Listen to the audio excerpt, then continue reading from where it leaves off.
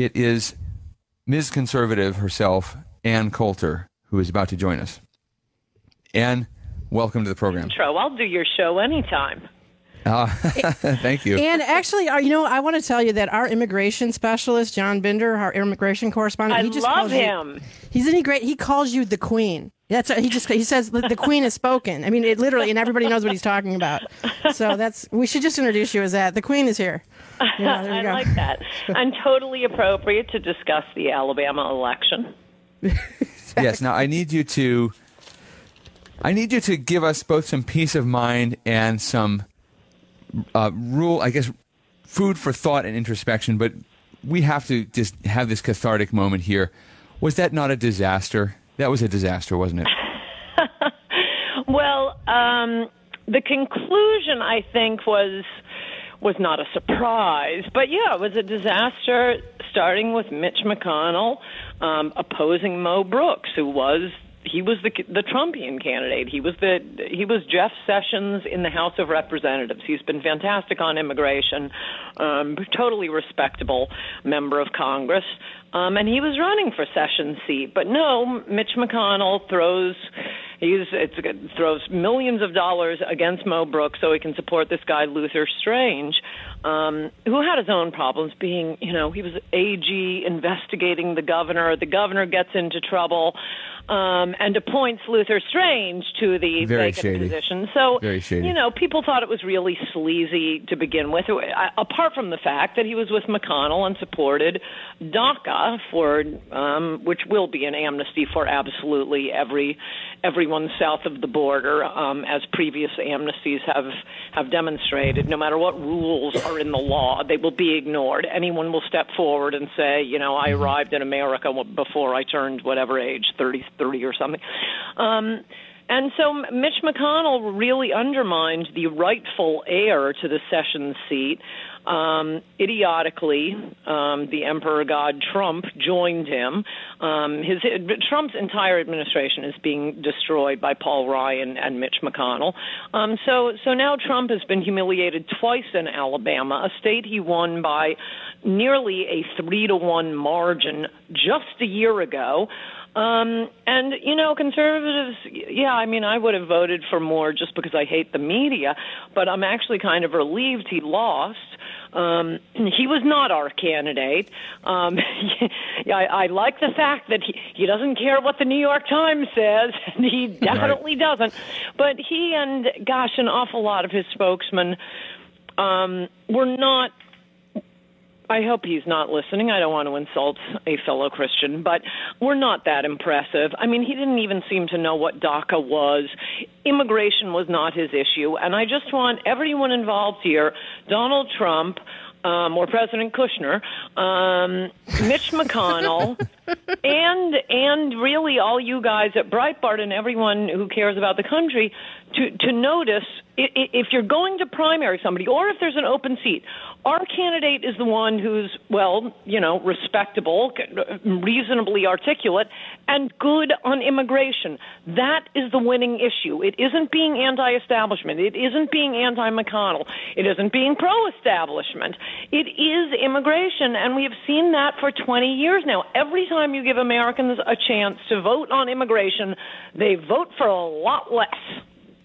You know what, Ann, that was one of the best lines in your piece. And there are so many. This latest op-ed that you did today, which we had as up on Breitbart.com. It's still up in the featured stories. It's still up there. I heard it got prominent coverage. It was our lead story for most of the afternoon.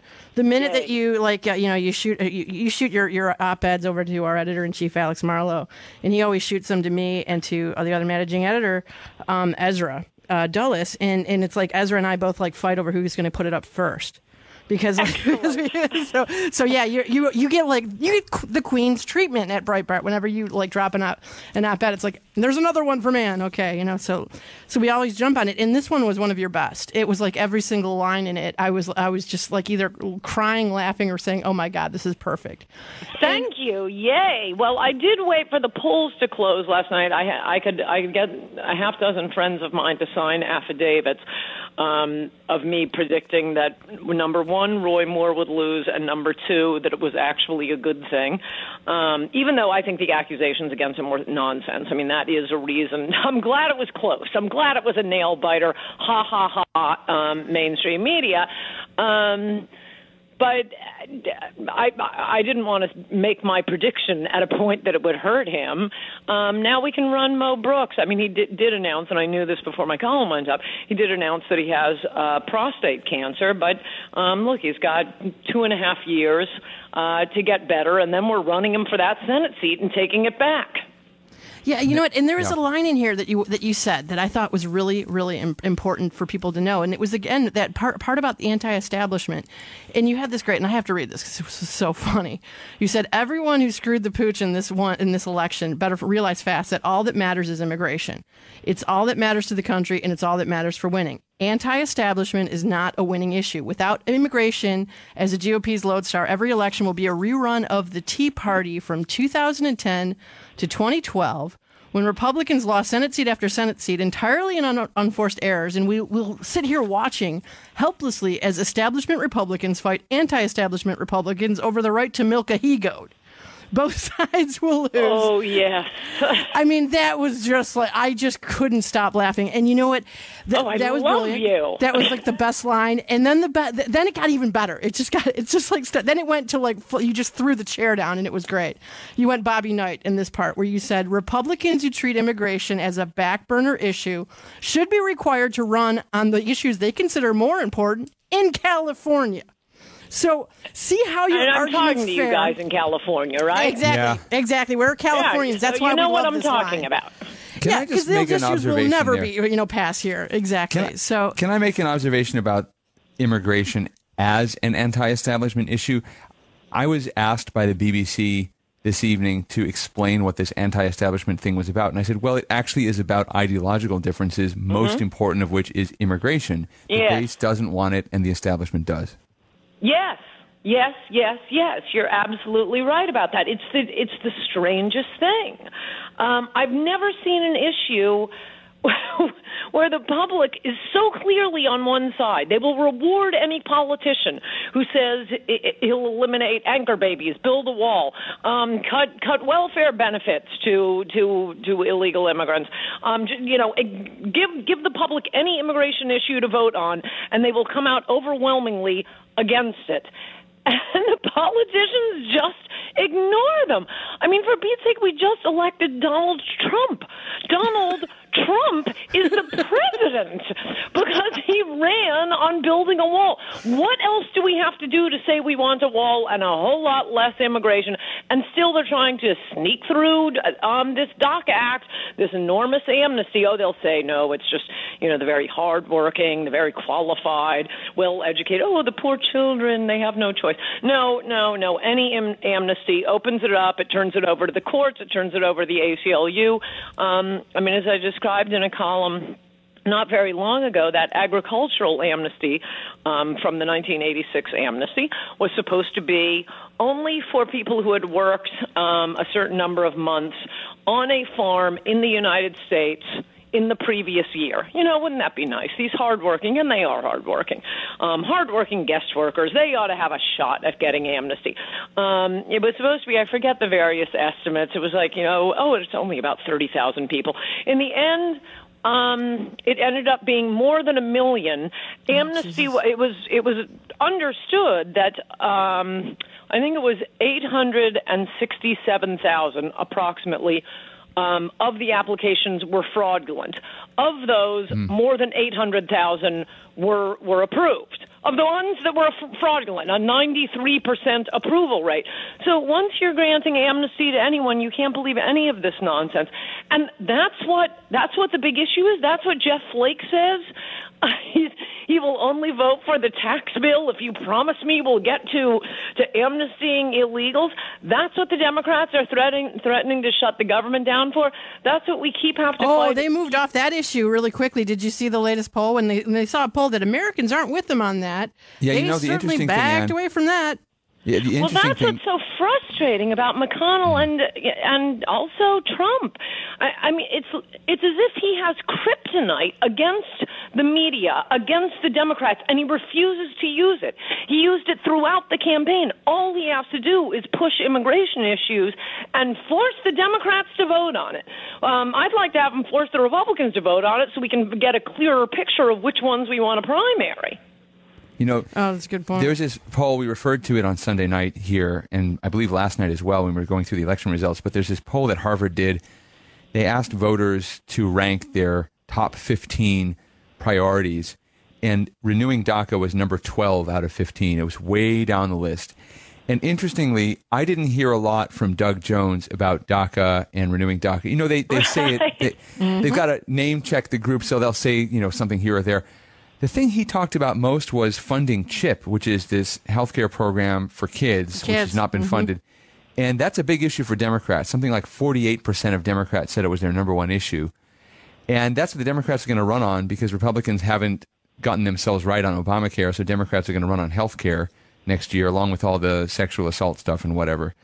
But, you know, and whenever I read you, I'm an immigrant myself, from an immigrant family, and I think that the interesting thing as an immigrant that you understand if you've been through the experience, you had your family go through the experience, is how it takes a long time for people who come to this country for the opportunities it provides to understand why those opportunities exist, to understand the rule of law, to understand limited government. And you know, we get it, but the first reaction I think many of us have when we arrive is, wow, this country can do so much. Why can't it do more? And so there's this attraction to what the Democrats do because they want to do more with government, offer more, take care of more. And it takes a while to realize that none of that stuff works. Of course, people coming from really repressive societies like communist world or, you know, failed states in Africa understand just exactly how far those promises can take you. But I think that's a really great point. Yeah, I think that this is a great issue. Immigrants vote, even the pre-1970 immigrants, who were a whole different breed from the post-1970 immigrants. They were more educated. They bought more houses. They were, you know, the sort of immigrants that any sane country would be bringing in. They were better than us. But even those immigrants start voting for the Democrats for exactly, I mean, you just explained it beautifully, I think it was Benjamin Franklin or, I don't know, de Tocqueville, said that freedom is a wonderful thing, but it's a very hard thing to learn. You do have to become assimilated to the idea of freedom and individual rights and the whole thing. And the normal pattern, and this is with the immigrants that were better than us, is they start off at Democrats as Democrats, and 100 years later they're Republicans. So, you know, that's great. We'll get them eventually. But meanwhile, with the other hand, Democrats and, you know, FYI, Republicans are bringing in another million immigrants every year. Right. Let me jump in quickly. We have a caller on the line who wants to speak to you. We've got a gentleman named Craig from Ohio, and he says Ann Coulter is his hero. Craig, you're on with Ann Coulter. Tell us what you'd like to tell her. Oh, Ann, I got to tell you, everything that I've read for the last 10 years from you is wonderful. I'm so grateful for you. Why, thank you, Craig. I don't claim to be wise. You know, I was a stupid kid. I made bad decisions, went to Catholic high school, joined the Army, went to college. I just, you know, I grew up.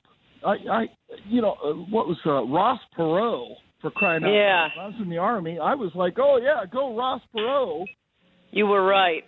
I was wrong. Well, I grow up and I start paying taxes. Our property taxes are through the roof. Public sector unions are just killing us, and they vote Democrat. Yes. Well, unfortunately we can't deport the public sector workers, though I'd consider that once we've taken care of the immigration problem.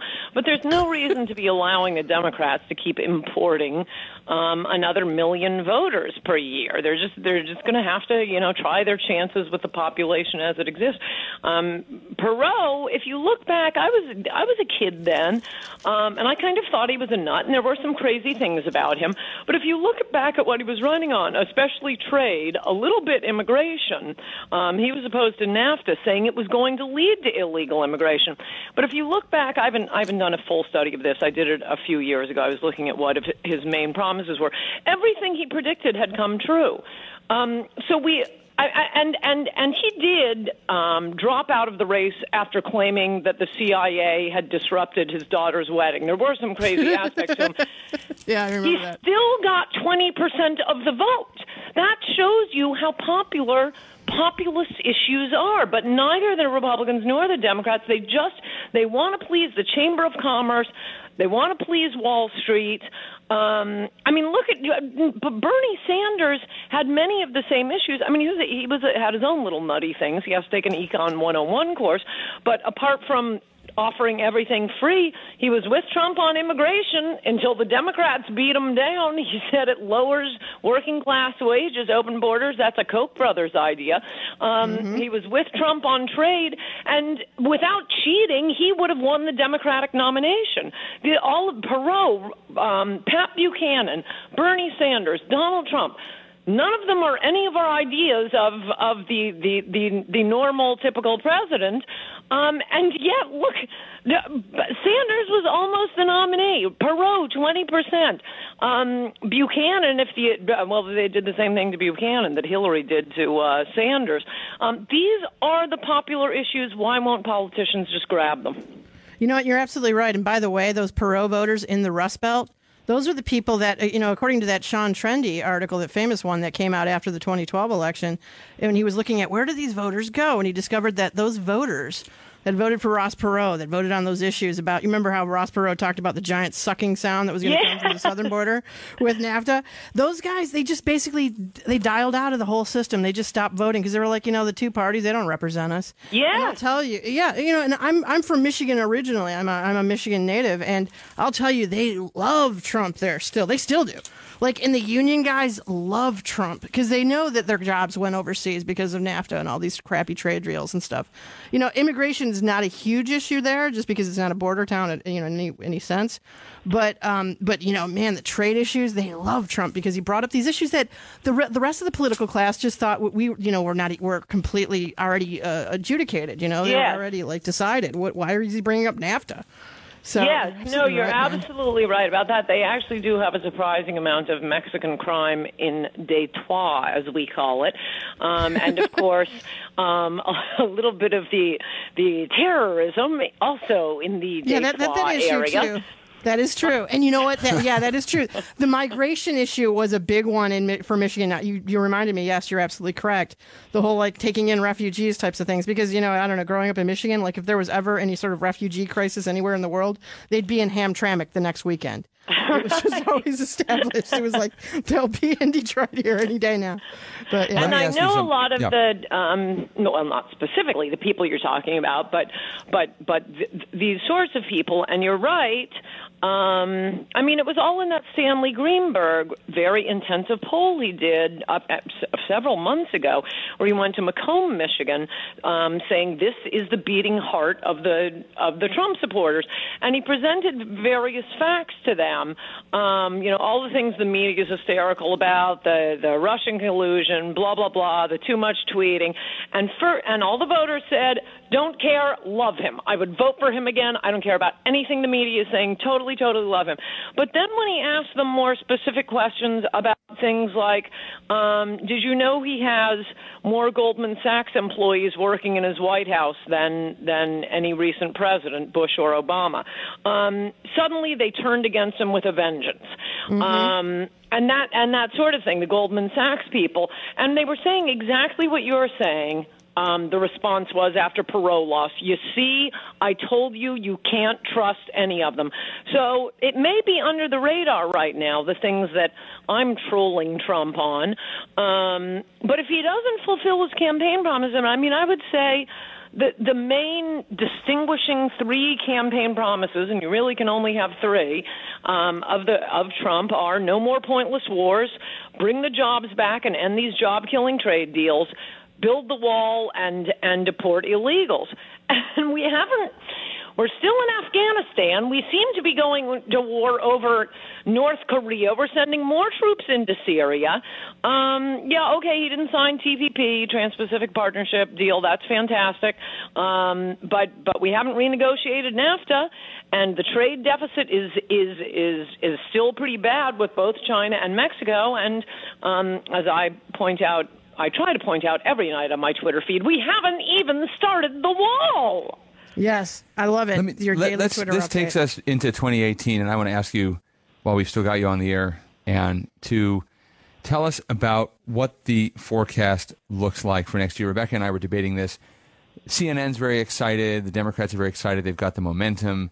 Dianne Feinstein says this is going to be another year of the woman, like 1992 was, where everybody turns out and votes against the Republicans because all these Democrats are accused of sexual abuse. And I think that's a lot of fuel for a Democratic wave, along with this concern about health care that I mentioned earlier. Is that happening, and what can Republicans do about it? I think it all comes down to Trump fulfilling his campaign promises. I mean, so far, except for, a few things, the Muslim ban, we have prototypes of the wall. I mean, there are a few things that are good. I'm not being all negative, but it has not been pedal to the metal on this miracle presidency. It has been pedal to the metal on all the same issues that Jeb ! Would have been pushing. It's tax cuts. It's moving the embassy to Jerusalem. By the way, in the tax cuts, I don't think he got rid of the carried interest loophole for hedge fund managers. That was one of the things I wrote about in Trump We Trust, that he was the only presidential candidate who ever would have said he's going to get rid of this utterly unfair loophole for billionaires. Well, it's not there. It's not in the tax cuts. They're Gary Cohn's tax cuts. And the media, they're going to say it's Year of the Woman. They're going to say it's millennials. They're going to say they can say whatever it is. But I'm telling you right now, if Trump keeps doing what he's doing, it is going to be a blowout, and it ought to be a great year for Republicans. We don't even have that many seats up. They have a lot of seats up. We ought to be picking up seats. If he makes Democrats and Republicans vote on the wall, vote on anchor babies, extend the Muslim ban, if he renegotiates NAFTA, it doesn't matter about the Year of the Woman. Republicans will be just fine. If he keeps on the course he's on right now, it's going to be a blowout for the Democrats. Oh, amen, sister. I absolutely agree. All of those issues resonate with the voters, man. Those are the issues they all ask us about. They ask us about these issues. You're absolutely right. You know what? And I was just home in Macomb County, Michigan. I was just home visiting some family. Oh, I may be speaking there sometime. Yes, I just came back, and I heard so many amazing things. They were all asking things like, why the hell isn't Jeff Sessions going after Hillary? He said that he would. The other thing they were saying is that, industry's doing well. The job, people are buying trucks again. Everybody's excited about that in Michigan, right? They were saying, right. We love Trump. They still love Trump, but they were like, what is up with it? They couldn't care less about Robert Mueller and all the investigation and all that. They wanted to know about jobs. They wanted to know, what are we doing with this? Are we going to get NAFTA back? And they wanted to know, where in the hell is he going to build that wall? These are the issues that they were concerned about.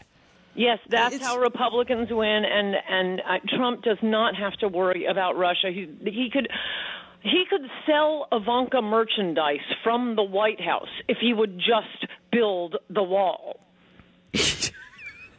There you go. Exactly. And one of the predictions, before we let you go, I just had one. You made a prediction on air. I think it was on Hannity's show a couple months ago. You said that Jared and Ivanka, there would be a Christmas dinner discussion with them, and they would be back in New York before the New Year. Do you think that's still going to hold?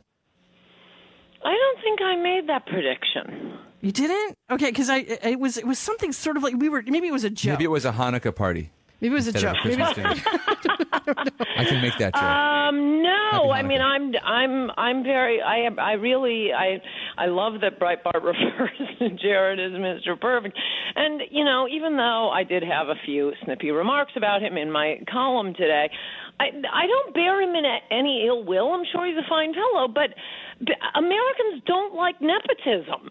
The media finally pulled its nose out of JFK's butt gut long enough to criticize him for his attorney general. And I think Bobby Kennedy had a little more experience in government than Jared Kushner. I mean, this would be like me, demanding they start listening to me on what buildings to buy or how to, design, manufacture, and sell Ivanka shoes. This isn't your area. There are people who know how to get the Trump agenda done. Your kids aren't the ones who can do it. Americans hate nepotism, hate it. So no, I have no idea when they're going back. But I wish they would. And again, it's nothing personal to them. I'm sure they're lovely people, but this is bad. This is very bad. We didn't vote for Jared. Yeah, poor Mr. Perfect. That's what they call him in China. Mr. Perfect. Seriously, that's what they were calling him in China when they were doing, his family members were doing that H-1B visa thing. So, and I know it makes me laugh every time I see it on Breitbart. Mr. Perfect. Yeah. We want to thank you so much for coming on tonight, and we hope to hear from you more on this show on Breitbart News Tonight, our new program in the on Los Angeles Drive Time. So absolutely great to talk to you guys. Yeah, you have a great you. night, and thank you so much, and keep up what you're doing on Twitter, especially when you heckle the president about the wall. We love you for that. Right back at you. Thank you.